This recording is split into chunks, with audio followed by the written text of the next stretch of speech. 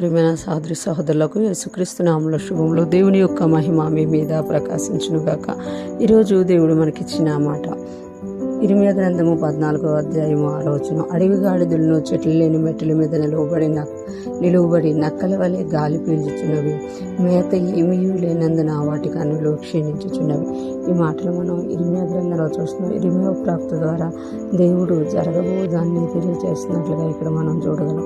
ఇశ్రాయేలు ఎప్పుడైతే తప్పిదము చేసి వారు దేవునికి విరోధంగా నిలబడ్డారో వారు చెరలోనికి వెళ్ళిపోయినట్టుగా మనం చూస్తున్నామట. ఆ చెరలోనికి వెళ్ళిపోయినప్పుడు ఎలాగ ఉంటుంది పరిస్థితి అనేది ఇక్కడ తెలియజేస్తున్నమాట.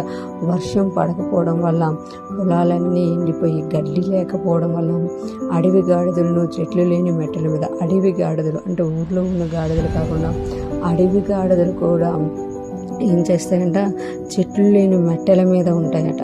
చెట్లు లేని మెట్టల మీద నిలబడి నక్కల వలె గాలి పీల్చుచున్నవి. అంటే నక్కలు ఆ మెట్టల మీద నిలబడి గాలి పీల్చుకొని కొన్నిసార్లు బ్రతుకుతాయన్నమాట. ఆ గాలి పీల్చుకొని అవి ఆనందిస్తుంటాయి. కానీ అడవి గాడిదలకి చెట్ల మీద అడవిలో ఉంటూ చెట్లలో ఉన్న మేతను తింటూ స్వేచ్ఛగా ఉండేవి కూడా ఏమైపోతుంది అని అంటే, ఆ చెట్లు లేక ఆ మేత లేక అడవి గాడిదలు ఏమైతాయంట, ఆ చెట్లు లేని మెట్టల మీద నిలబడి నక్కల వలె గాలి పీల్చుచున్నవంట.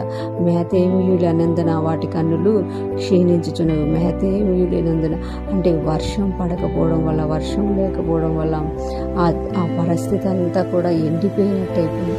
అంటే పశువులు కూడా గాలి పీల్చుకొని బతకాల్సిన పరిస్థితి వస్తుందన్నమాట. ఇదంతా ఎందుకు జరుగుతుంది అని అంటే మా తిరుగుబాటు వల్లనే అనేసి ఇర్మీయా ప్రవక్త ఒప్పుకున్నట్టుగా చూడగలం. 7వ వచనంలో, యెహోవా మా తిరుగుబాటులు అనేకములు, నీకు విరోధంగా మేము పాపం చేస్తే మా దోషులు మా మీద దోషారోపణ చేయుచున్నవి, నీ నామమును బట్టి నీవే కార్యము జరిగించుము. అంటే పాపం ఆల్రెడీ జరిగిపోయింది, మా పితరుల వల్ల జరిగిపోయింది.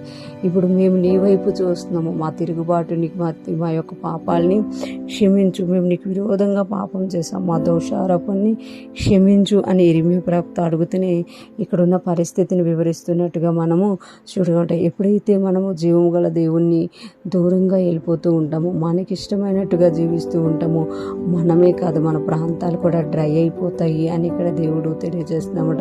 ఎప్పుడైతే మనము దేవుని వైపు తిరుగుతామో ఆయన యొక్క వర్షాన్ని మన మీద కుమ్మరించే దేవుడుగా ఉన్నారనమాట. ఈరోజు ఫ్రెష్ మన్నా ఉంటున్న ప్రతి ఒక్కరూ జ్ఞాపకం చేసుకోవాలి. దేవుడు మనతో ఉన్నారు అని అంటే మనం జీవము కలిగి ఉంటాము. దేవుణ్ణి విడిచి మనం తిరుగుతున్నాము, దేవునికి దూరం అయిపోతున్నాము అని అంటే మన చుట్టూ ఎంత సస్య సమృద్ధి కనబడినా దేవుడు లేకపోతే అదంతా కూడా ఎండిపోయే పరిస్థితిలోకి వెళ్ళిపోతుంది. ఈరోజు ఫ్రెష్ మన్నా ఉంటున్న ప్రతి ఒక్కరూ కూడా దేవుణ్ణి కలిగిన వారంగా దేవునితో నడుస్తూ ముందుకు సాగిపోదాం గాక. దేవుని కృప మనందరి మీద ఉండి నడిపిస్తునుగాక. ఆమేన్.